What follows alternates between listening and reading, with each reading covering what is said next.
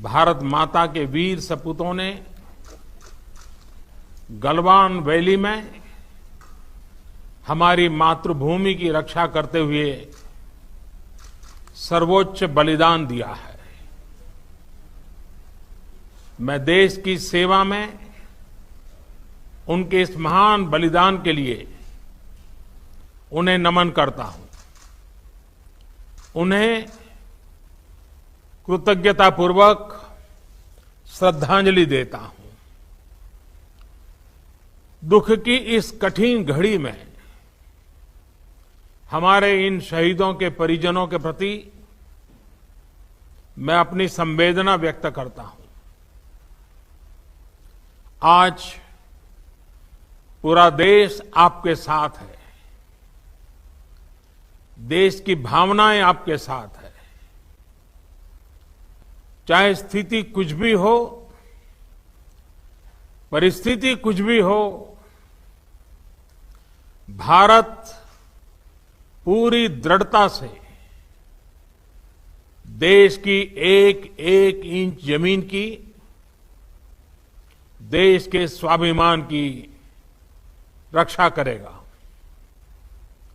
भारत सांस्कृतिक रूप से एक शांतिप्रिय देश है। हमारा इतिहास शांति का रहा है। भारत का वैचारिक मंत्र ही रहा है, लोकाः समस्ताः सुखिनो भवन्तु। हमने हर युग में, पूरे संसार में शांति की, पूरी मानवता के कल्याण की कामना की है। हमने हमेशा से ही अपने पड़ोसियों के साथ एक कोऑपरेटिव और फ्रेंडली तरीके से मिलकर काम किया है। हमेशा उनके विकास और कल्याण की कामना की है।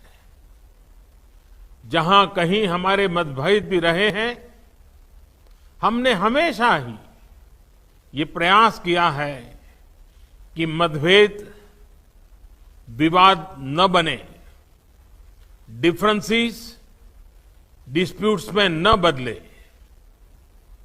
हम कभी किसी को भी उकसाते नहीं हैं, लेकिन हम अपने देश की अखंडता और संप्रभुता के साथ समझौता भी नहीं करते हैं।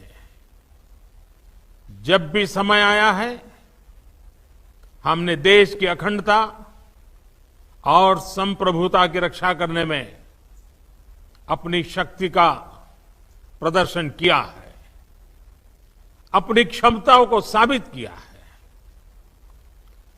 त्याग और तितिक्षा हमारे राष्ट्रीय चरित्र का हिस्सा है, लेकिन साथ ही विक्रम और वीरता भी उतना ही हमारे देश के चरित्र का हिस्सा है। मैं देश को भरोसा दिलाना चाहता हूं, हमारे जवानों का बलिदान व्यर्थ नहीं जाएगा।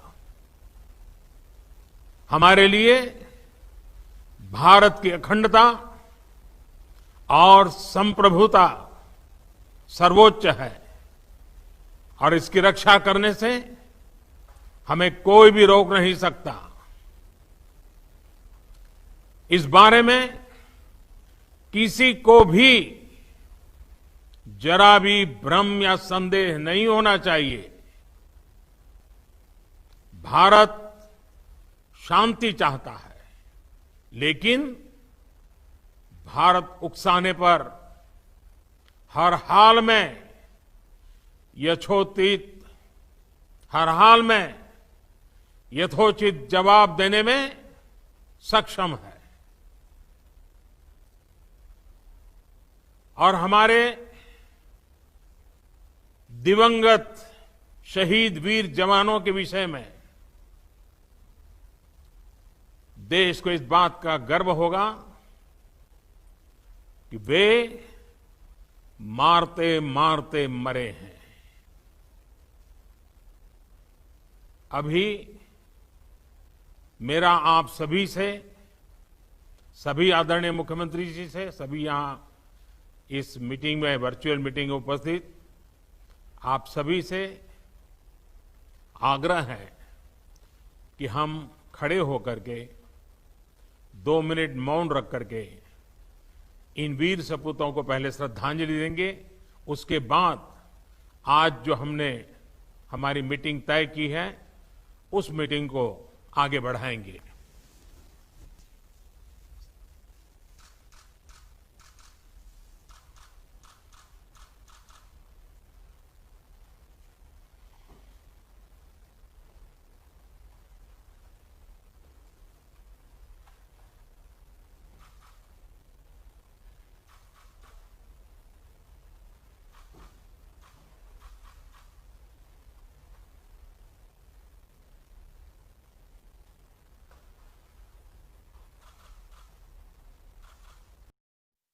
ఈ వీడియోని లైక్ చేయండి, షేర్ చేయండి.